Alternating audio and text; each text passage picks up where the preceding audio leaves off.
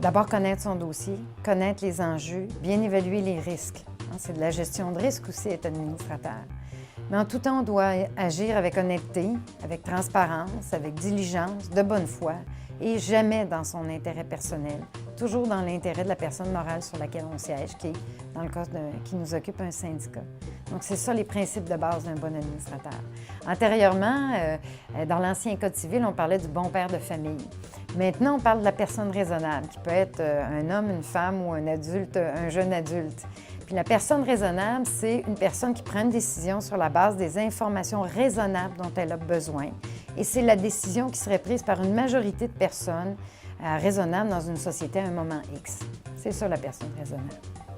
Un bon administrateur va arriver préparé aux réunions, va avoir lu toute la documentation, va être ponctuel, va participer au débat, va donner son opinion si elle est favorable ou défavorable.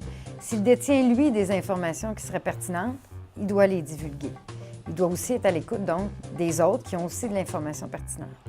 S'il n'a pas l'information suffisante pour prendre sa décision, il doit demander qu'on aille chercher l'information pour lui. Il doit prendre sa décision lorsqu'il est convaincu que toute l'information et que la décision est dans l'intérêt. Ça ne veut pas dire qu'il faut avoir peur d'avoir peur, mais ça veut dire qu'il faut au moins être certain d'avoir toute l'information.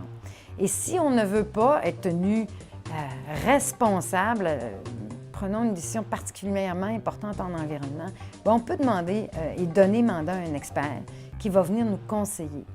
Et si cet expert-là, on suit ses recommandations, il y a des dispositions qui disent que quand on a consulté un expert dans le domaine, on est exonéré de responsabilité. Ce qui ne veut pas dire qu'il faut toujours aller chercher des experts, c'est plutôt rare, mais dans des cas particuliers, on peut aller jusque-là.